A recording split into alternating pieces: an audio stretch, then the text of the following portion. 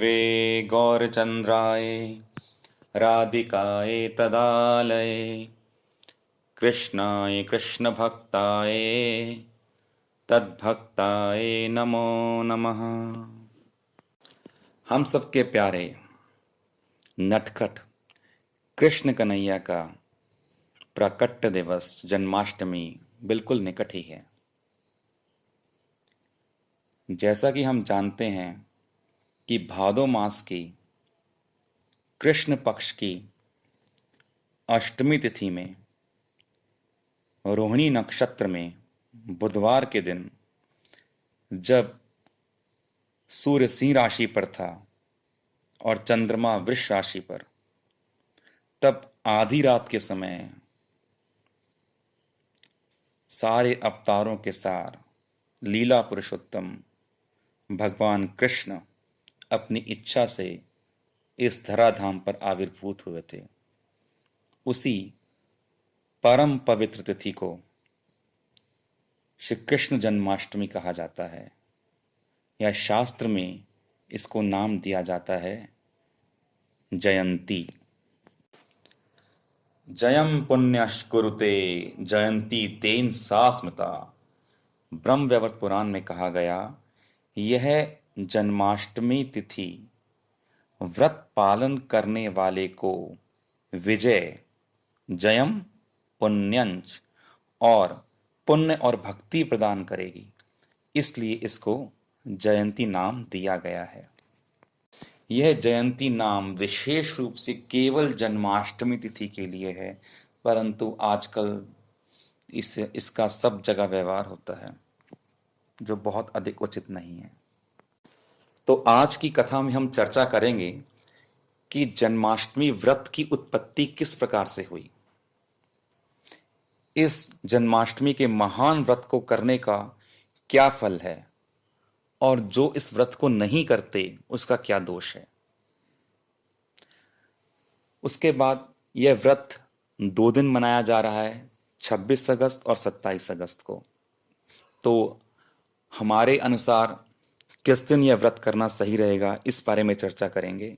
और जो दूसरे दिन व्रत कर रहे हैं वो किस विचार और किस सिद्धांत से इस व्रत को कर रहे हैं। फिर व्रत के पारण के बारे में भी कुछ संशय है, पारण के समय 2 निकल रहे हैं, तो उसके बारे में हम चर्चा करेंगे। और अंत में हम जानेंगे कि जन्माष्टमी का व्रत किस प्रकार से, किस विधि से करना चाहिए, क्या संकल्प मंत्र है, क्या पारण की विधि इत्यादि।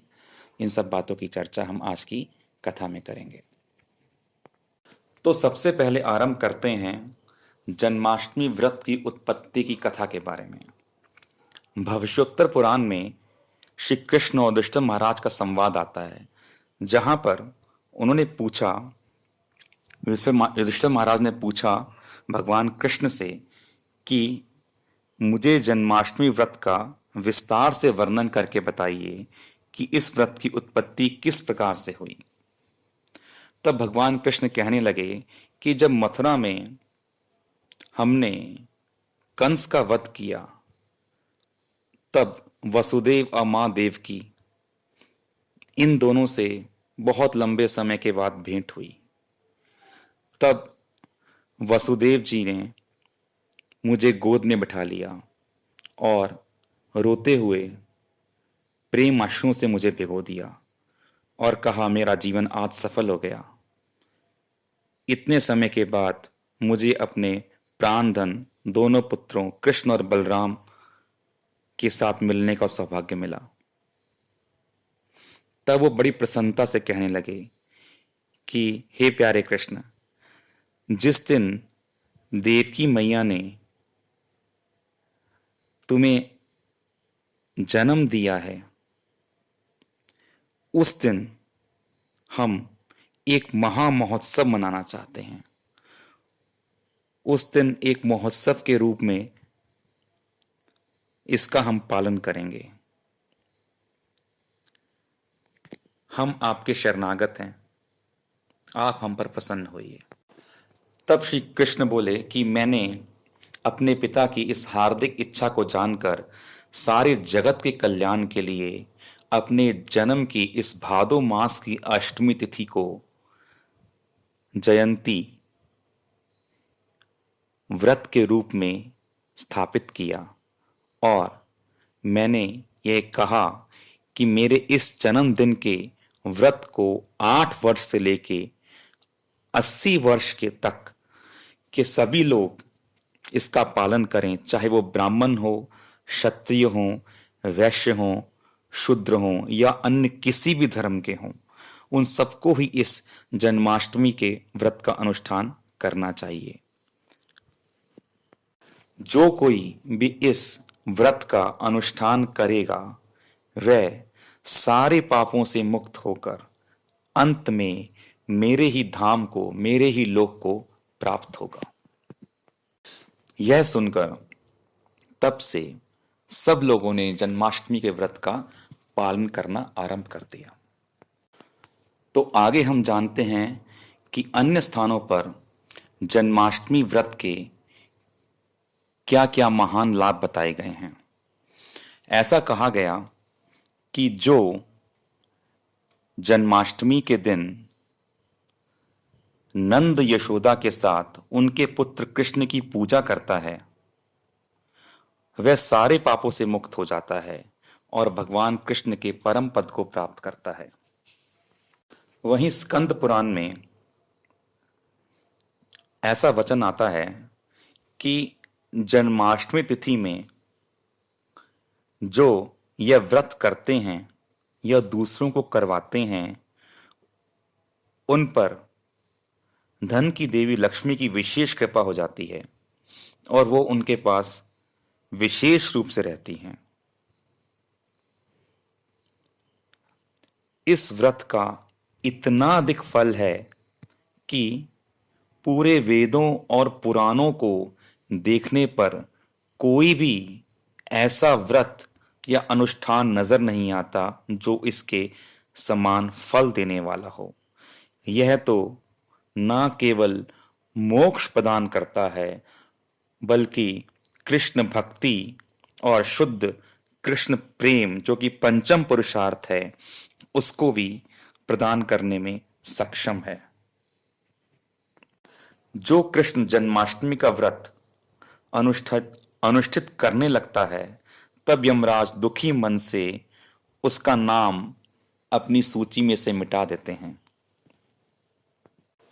इस व्रत के प्रभाव से मनुष्य के सारे कार्य सिद्ध हो जाते हैं और मृत्यु के समय भगवत कृपा से उसको स्वयं ही भगवान कृष्ण का स्मरण होता है और अंते मति स गति सिद्धांत के अनुसार वो भगवत धाम को प्रस्थान करता है।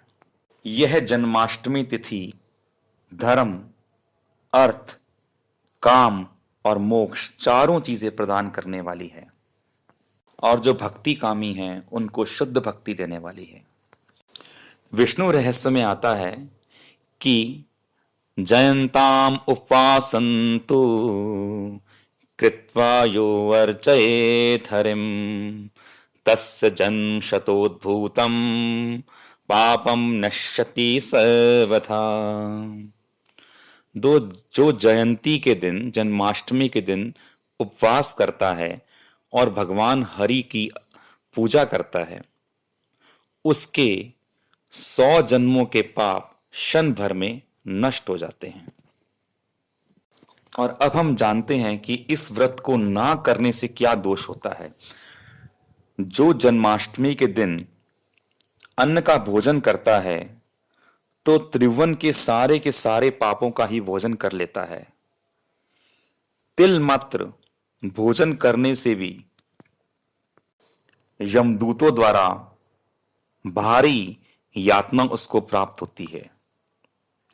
ऐसा व्यक्ति कितने भी एकादशी द्वादशी व्रत कर ले उसके जन्माष्टमी व्रत ना करने का पाप का क्षय नहीं होता है।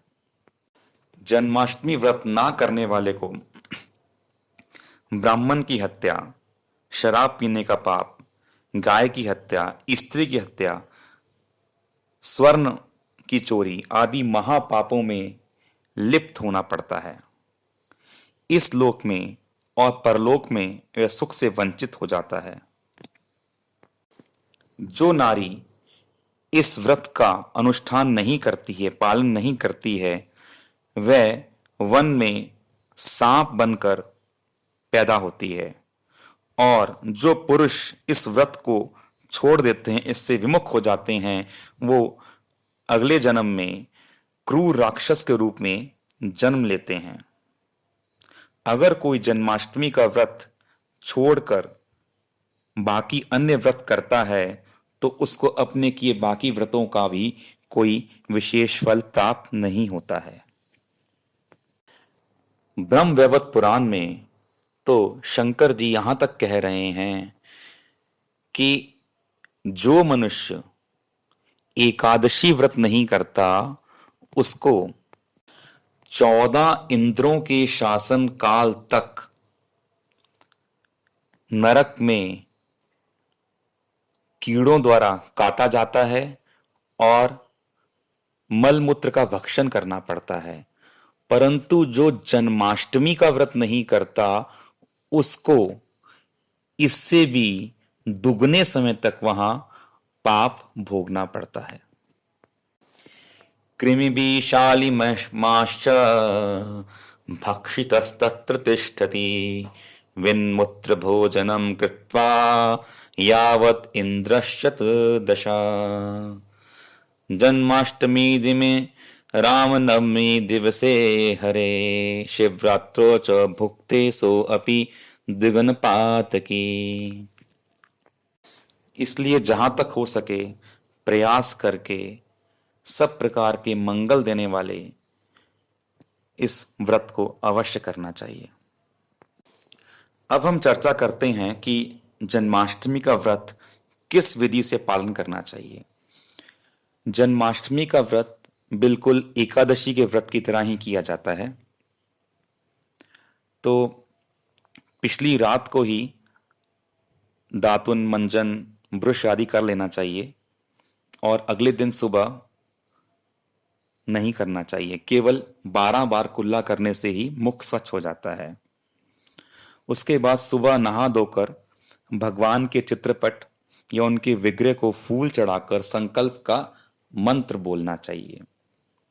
वो मंत्र क्या है? अद्य स्थित्वा निराहारा शोभूते परमेश्वरा भोक्ष्यामि देवकी पुत्रा अस्मिन् जन्माष्टमी व्रते। हे देवकी नंदन श्री कृष्ण, हे परमेश्वर, आज जन्माष्टमी व्रत में मैं आहार नहीं लूंगा और कल ही भोजन करूंगा। इस प्रकार संकल्प करते हुए पुष्प भगवान के चरणों में चढ़ा देना चाहिए। उसके बाद तिल के जल से भगवान कृष्ण के विग्रह को स्नान कराना चाहिए और उन्हें नए वस्त्र पहनाना चाहिए। आरती कर कर भोग लगाना चाहिए। दिन में अधिक से अधिक श्रीमद् भागवत के 10वें स्कंद में भगवान की जन्म और बाल लीलाओं की चर्चा करनी चाहिए, उनका पाठ करना चाहिए। बाकी समय भी भगवान का भजन, कीर्तन और हरि नाम जप करना चाहिए। प्रयास करके भगवान के मंदिर को जो आपके घर में स्थापित है उसको एक दिन पहले ही सजा लेना चाहिए। सुंदर फूल मालाएं, लड़ियां, झालरें, रंगोली, चित्रकारी से मंदिर को सजाना चाहिए। मंदिर में श्री नंद बाबा यशोदा मैया गोद में कृष्ण को लिए हैं, साथ में बलदेव, रोहिणी माता, गोपियां गायें हैं। इन सब के साथ चित्र बनाकर मंदिर में लगाना चाहिए। तो रात्रि को मध्य रात्रि में भगवान का प्राकट्य होता है। उससे कुछ समय पहले श्रीमद् भागवत में प्रथम 2-3 अध्यायों में वर्णित भगवान कृष्ण के जन्म का पाठ करना चाहिए और कीर्तन करना चाहिए। रात को 12 बजे जब भगवान का प्राकट्य होगा उस समय गंगा, यमुना आदि का जल लेकर साथ में दूध, दही, घी, शहद और गुड़ की शक्कर लेकर इन 5 चीजों से भगवान कृष्ण को पंचामृत स्नान कराना चाहिए। फिर उनको वस्त्र, इत्र आदि 16 उपचार अर्पण करके पूजा करनी चाहिए। मिठाइयाँ, फल, मीठा पान आदि अनेक प्रकार के भोग उनको निवेदित करने चाहिए और फिर आरती उतारनी चाहिए। जिसके लिए संभव हो सके उसे प्रयास करके रात में जागरण करना चाहिए, जिसमें कीर्तन, भजन, नृत्य के साथ भगवान को प्रसन्न करना चाहिए और ऐसा करने से उसके जन्म भर के पाप उसी रात में समाप्त हो जाते हैं। रात को कुछ लेना ही हो भगवान के प्राकट्य के बाद तो चरणामृत या जल ले लेना चाहिए, और जो नहीं रह सकते हैं वो फल, दूध आदि ले सकते हैं। कोई भी अनाज की वस्तु अगले दिन सुबह पारण से पहले, सूर्योदय से पहले नहीं लेनी चाहिए। अगले दिन सुबह स्नान करने के बाद या पूजा करने के बाद बताए गए समय के अनुसार ही पारण कर लेना चाहिए। व्रत का पारण करते समय उसका मंत्र बोलना चाहिए। तपसा स्वीकारा कृतम यत् पारणम मया व्रतेनानेन संतुष्ट स्वस्तिम भक्तिम प्रयच्छ मे। हे भगवान, आपके इस प्रसाद को स्वीकार कर कर मैं व्रत का पारण कर रहा हूँ। मेरे इस व्रत से आप संतुष्ट हो जाइए। सब गलतियों को क्षमा करते हुए मुझको अपनी मंगलमयी भक्ति प्रदान कीजिए। तो यह थी पुराणों में वर्णित संक्षिप्त जन्माष्टमी व्रत की विधि। अब हम चर्चा करेंगे कि व्रत 2 दिन मनाया जा रहा है, 26 अगस्त और 27 अगस्त को। तो हमें इस व्रत को किस दिन करना चाहिए? तो व्रत किस दिन करना चाहिए ये जानने के लिए सबसे पहले हमें यह समझना पड़ेगा कि इस व्रत के नियम क्या हैं। क्योंकि जब व्रत का विधान भगवान द्वारा दिया गया तो उसके कुछ नियम भी उन्होंने शास्त्रों में दिए, और भगवान गीता में स्वयं बोलते हैं, तस्माद शास्त्रम प्रमाणम ते कार्य कार्य व्यवस्थितो ज्ञात्वा शास्त्र विधानोक्तम कर्म कर्तुम अर्हसि। जो शास्त्र में मैंने विधान बताया है उसके अनुसार ही व्रत करना चाहिए। तो पहला नियम तो ये है कि जन्माष्टमी का व्रत है, भादों के महीने में कृष्ण पक्ष की जो अष्टमी है उस दिन व्रत करना है। तो जिस दिन अष्टमी होगी उस दिन हम व्रत करेंगे तो पहले ये देखेंगे कि सूर्योदय के समय में सप्तमी तिथि तो नहीं है, क्योंकि सूर्योदय के समय में अगर सप्तमी रहेगी फिर वो समाप्त होकर अष्टमी लगेगी। तो इस प्रकार की तिथि को कहा जाता है सप्तमी विद्या, यानी वह तिथि जिस दिन के अंदर अष्टमी में पहले सप्तमी छू जाती है उसे विद्या कहा जाता है। तो इस विद्या को करने का शास्त्र में बड़ा भारी दोष बताया गया है। गौतमीय तंत्र में कहा गया, अष्टमी सप्तमी विद्या हन्यात पुण्यम पुरा कृतम। अगर ऐसी तिथि में व्रत कर लिया जाए जिसमें अष्टमी से पहले सप्तमी छू रही है सूर्योदय के समय में, तब वह व्रत आपके पहले किए सारे पुण्यों को नष्ट कर देगा। तो तब क्या करना होगा? उस व्रत को अगले दिन करना होगा। अगर अगले दिन अष्टमी है तो ठीक है, और अष्टमी नहीं है, नवमी है, तब भी व्रत उस दिन ही करना पड़ेगा। इसी प्रकार से रोहिणी नक्षत्र की बड़ी महिमा है। अगर संपूर्ण अष्टमी हो और साथ में रोहिणी नक्षत्र हो तो उसका बड़ा ही महात्म्य है। ऐसा कहा जाता है, ऐसी तिथि में व्रत करने से व्रत करने वाले के करोड़ कुलों को मोक्ष की प्राप्ति हो जाती है। परंतु यह तिथि सप्तमी छूने वाली नहीं होनी चाहिए। अगर इसमें सूर्योदय के समय सप्तमी रहेगी तब फिर उसका कोई लाभ नहीं है। क्योंकि ये ऐसे ही होगा, सप्तमी छूना वैसे ही जैसे गंगा जल से भरा हुआ घड़ा है परंतु कोई उसमें थोड़ी सी शराब मिला दे तो वह पूजा के योग्य नहीं रह जाता। उसी प्रकार से अष्टमी अगर रोहिणी नक्षत्र से युक्त है तब भी उसमें अगर सप्तमी छू रही है सूर्योदय के समय तो उसे छोड़ना होगा। तो हमने समझ लिया कि हमें व्रत जब करना है तो या तो शुद्धा अष्टमी तिथि हो जिसमें सप्तमी ना लगती हो, नहीं तो नवमी तिथि हो। और उसके बाद अगर रोहिणी नक्षत्र मिलता है तो अच्छा है, उसके बाद अगर सोमवार या बुधवार का दिन मिलता है तब भी बहुत ही अच्छा है, परंतु मुख्य बात यही है कि सप्तमी नहीं छूनी चाहिए। अब हम इस नियम को अप्लाई करके देखते हैं। तो हम सूर्य सिद्धांत का पंचांग लेते हैं। इसमें देखें 26 अगस्त को सुबह सप्तमी 8:36 पर समाप्त हो रही है।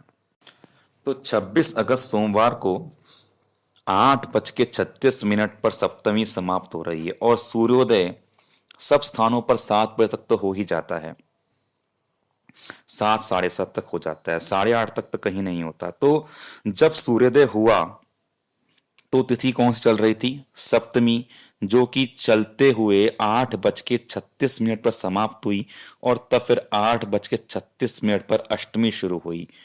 और हमारा नियम क्या है कि सूर्योदय के समय सप्तमी नहीं होनी चाहिए और यहाँ पर 26 तारीख को सप्तमी है, इसलिए हम इस व्रत को 26 को नहीं कर सकते। अब हमें कब देखना पड़ेगा? अगले दिन 27 अगस्त को। तो हम 27 अगस्त को देखते हैं। तो जो अष्टमी पिछले दिन 8:36 पर आरंभ हुई थी वो अगले दिन 6:50 तक सुबह चल रही है। अब हम देखें दिल्ली या मथुरा में सूर्योदय कितने बजे होता है? 5:55 पर। वही कलकत्ता, मायापुर, नवदीप में सूर्योदय का समय है 5:18। सो 5 से 6 के बीच में सुबह सूर्योदय हो रहा है। तो हम 5 से 6 के बीच में देखें क्या चल रही तिथि चल रही है अष्टमी, जो कि सुबह 6:50 पर जाकर खत्म होगी और फिर नवमी शुरू होगी। तो 27 तारीख को अष्टमी है सूर्योदय के समय और सप्तमी नहीं है, इसलिए यह व्रत करना बिल्कुल सही है। दूसरी बात, 27 तारीख को रोहिणी नक्षत्र भी चल रहा है जो कि रात को 8:33 तक चलेगा, 27 तारीख को ही। तो हमको यहाँ पर अष्टमी तिथि और रोहिणी नक्षत्र का योग मिल गया।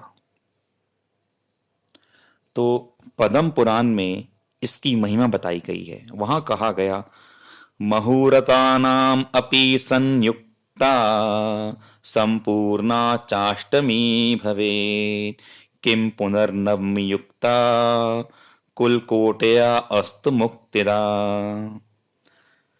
अगर 25 मिनट यानी एक मुहूर्त के लिए भी अष्टमी में रोहिणी नक्षत्र आ जाता है तो वह कोटयास्तु मुक्तिदा, कुल कोटयास्तु मुक्तिदा, वह करोड़ों कुलों को मुक्ति, मोक्ष, भक्ति प्रदान करने वाला होगा।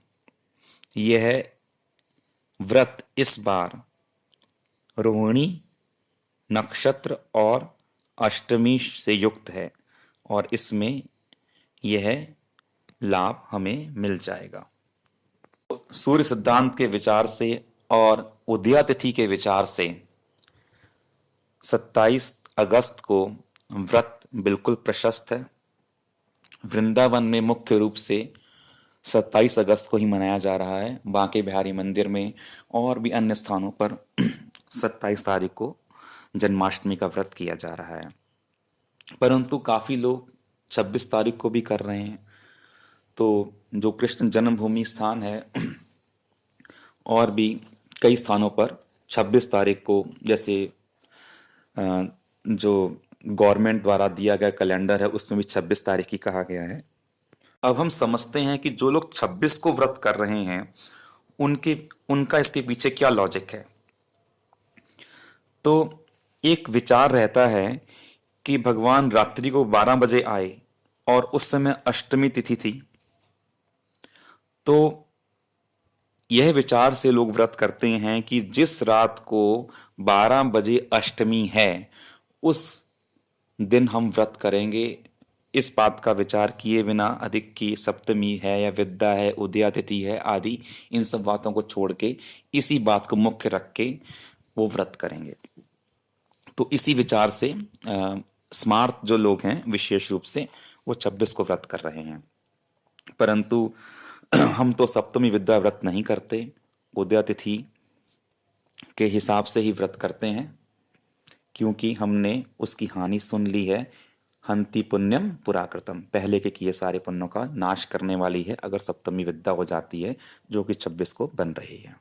हमने देखा कि कुछ वैष्णव भी 26 तारीख को व्रत कर रहे हैं, तो उनके करने का क्या कारण है। प्राचीन सूर्य सिद्धांत जिसके द्वारा तिथि के समय का ज्ञान होता है, उसी का आजकल एक मॉडर्न वर्जन निकला है जिसका नाम है दिक् सिद्धांत। ये पिछले 100 साल के अंदर आया है और ये 20-25 साल के अंदर बड़ा प्रसिद्ध हो गया है। इसके अंदर सूर्य सिद्धांत के जो टाइमिंग मिलते हैं तिथि के, उसी में कुछ फेर बदल करके इस दिक् सिद्धांत की वैल्यू ली जाती है। इसके अंदर 5 से 6 घंटे का फर्क आ जाता है। कि हम देखें सूर्य सिद्धांत के अनुसार तो 26 अगस्त को सप्तमी सुबह 8:36 पर समाप्त हुई थी, तो सप्तमी विद्या हो गई थी वो। वहीं दृक् सिद्धांत के अंदर यह सप्तमी लगभग 5 घंटे पहले सुबह 3:36 पर समाप्त हो गई और अष्टमी लग गई। तो सूर्योदय के समय अष्टमी है, तो उनके विचार से 26 तारीख का व्रत सही है, उसमें सप्तमी विद्या उनके हिसाब से नहीं बन रहा है। परंतु यह जो दृक् मत है, इसको बहुत नवीन मत मानकर मत्स्य पुराण में इसके लिए एक निषेध मिलता है, जहां कहा गया है ना मास चक्षुषः, ग्रहों की गति अति सूक्ष्म है, उसको गणितीय गणना के द्वारा ही सही रूप में जाना जाता है, और नेत्रों के द्वारा और यंत्र के द्वारा उसकी गति को जानना चाहेगा तो उसको सही वैल्यू नहीं मिल सकती है। तो इसलिए इस प्रकार का निषेध मिलता है और दृक् सिद्धांत में दूरबीन के माध्यम से देखकर खुद ही ग्रहों की पोजीशन को चेंज करके उसमें उसको वैल्यूज को एडजस्ट किया जाता है। जो भी हमारे प्राचीन आचार्य हैं उनके द्वारा भी ये मत अधिक अनुमोदित नहीं है, इसलिए हम सूर्य सिद्धांत को ही फॉलो करते हैं, और जो दिक् सिद्धांत करते हैं उन सबके प्रणाम करते हैं। वो अपने हिसाब से जैसा उचित लगे वैसा कर सकते हैं। अब हम व्रत के पारण की चर्चा करते हैं। 27 अगस्त को हम व्रत करेंगे और 28 अगस्त बुधवार को इस व्रत का पारण होगा।